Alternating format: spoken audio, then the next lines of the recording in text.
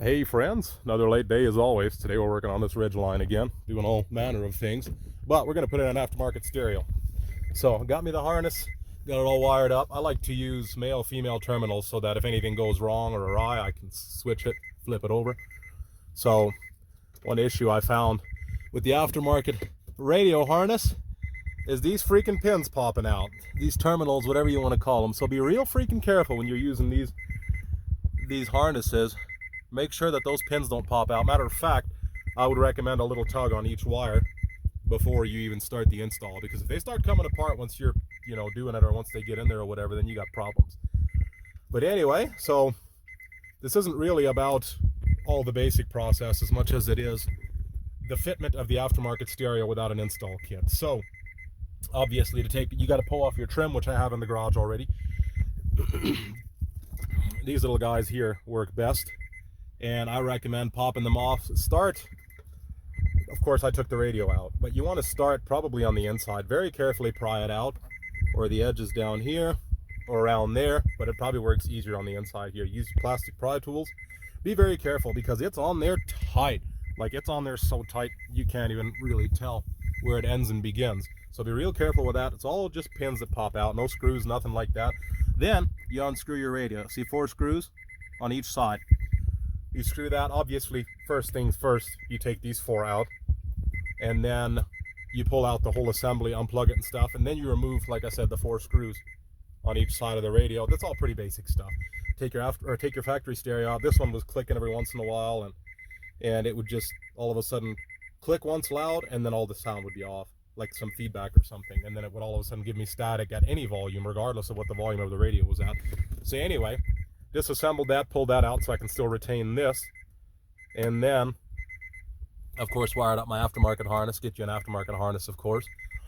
And I guess for the steering wheel controls as well, I'll put it in here. There is a guy on YouTube that actually helped me out with that, so I wish I could credit him, but I don't remember his name now. But anyway, for the steering wheel controls, you'll need pin number 1, or pin number, I think it's 3 up top, the green and the red there that you see. Look real close. It's the 3rd one on the top and the 1st one on the bottom. So I think it's number 3 and number 11, I guess it would be. So number 3 is your steering wheel control wire. So I just spliced into that, as you can see, added another wire and went to my factory key 1 or key 2 wire, and then you have to ground it out as well. So then your steering wheel control ground is the brown wire, which of course has no wire. Neither of those have wires in the terminal, so you got to run them manually. And the ground, of course, I just put in to the same ground that the harness comes with. My phone's about dead here. Let's turn it up. Hope this video finishes. I'm going to try to keep it pretty short anyway. So you want to ground that into the same ground you're putting this radio in. I've already tried it all. It works great. And then what else? I hope I'm not missing anything, because this was just kind of a spur of the moment deal. I have other videos that show installs, so if you're not quite sure, go on my channel there, and I'll run you through more details on the installs, just the basic install. But anyway, the main thing is now, how do you get that aftermarket stereo? Sorry, I can't really make that beep and stop because I've got the truck in gear, because it's the only way you can get the trim in there. So anyway, let's go back inside here and let's check out the fitment. So what I did to mount the aftermarket radio is, let's see, let me go wide here. Come on, I can't push the wide button. Quick. Should get Zeno to help me out here. Okay, there you go. So that looks pretty dang good to me. All mounted up, trying to make it as straight as I could. But anyway, the secret to that, a piece of tin, literally a piece of sheet metal. I cut out a piece of sheet metal that fit in here, notched in here like this, notched it all out, took measurements, and notched it all out as well as I could. Took measurements and drilled holes. You can measure how far it is from here to there and how far up. First one was too high. I could see a gap under here. I didn't like that, so I dropped it down probably ½ an inch or so, maybe ¼ inch. Now I think we're good to go. So I tightened these out. I cut the trim out too far on this side, but I think it worked out fine. It was right on the edge of the screw, so I just notched into there a little bit, kind of like you can see up there. And anyhow, be very, very freaking careful. I can't really show you the trim anymore, but when you're using these aftermarket, you're using these 10-inch Android stereos that you get online, they have holes here. Now I use those all the time for mounting, or I'll use these, or I'll drill into the side aluminum case here. Just, you gotta be careful where you're drilling into, of course. But I'll screw in there. But make dang sure your screws are short enough and small enough. Otherwise, you're just gonna break away the hole. Okay, so my phone died.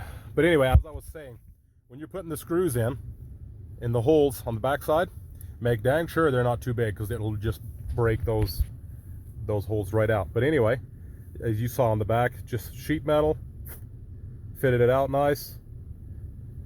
That is nice and tight on there. It is not coming off. Now the only downside is, see them wires in there? I guess you can't, can you? Here, let me just do this. There we go, that makes way more sense. So anyway, the only downside is you can see wires underneath there if you're looking behind, and then that piece of tin that I should have cut off. Same with this side. Piece of tin that I should have trimmed back further, but I was hoping it was gonna fit a little bit better. But no, I'm very, very happy with the outcome. I mean, it looks, as far as I'm concerned, factory. And check that out. Volume controls, steering wheel controls all hooked up as well. I just crammed my USB port in there.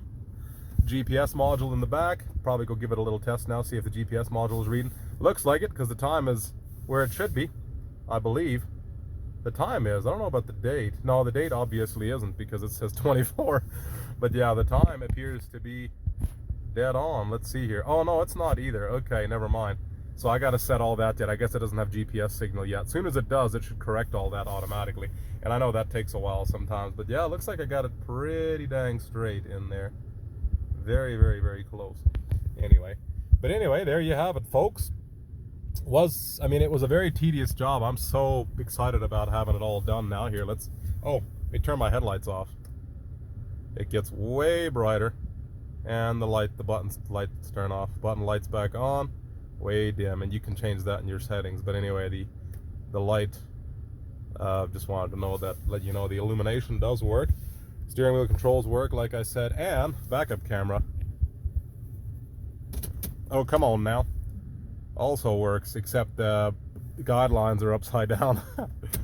But anyway, it wasn't much to setting it all up and to running the camera on the back, but it's a tedious job, unfortunately. This one actually lights up when you put it in reverse. Just alien tape. Keep in mind, alien tape around the screw right beside the license plate screw, or around the wire right beside the license plate screw. But yeah, wasn't much to it otherwise. It's a very freaking tedious job, but it's a very simple job. And I always leave this top plastic on for as long as I can. Matter of fact, I've still got the original one on my truck from years ago. But anyway, I hope this video helps somebody. Sorry for the complete lack of organization as always. If you have any rants or complaints or questions, leave them in the comments. Hey, hope this helps somebody, and as always, may God bless you.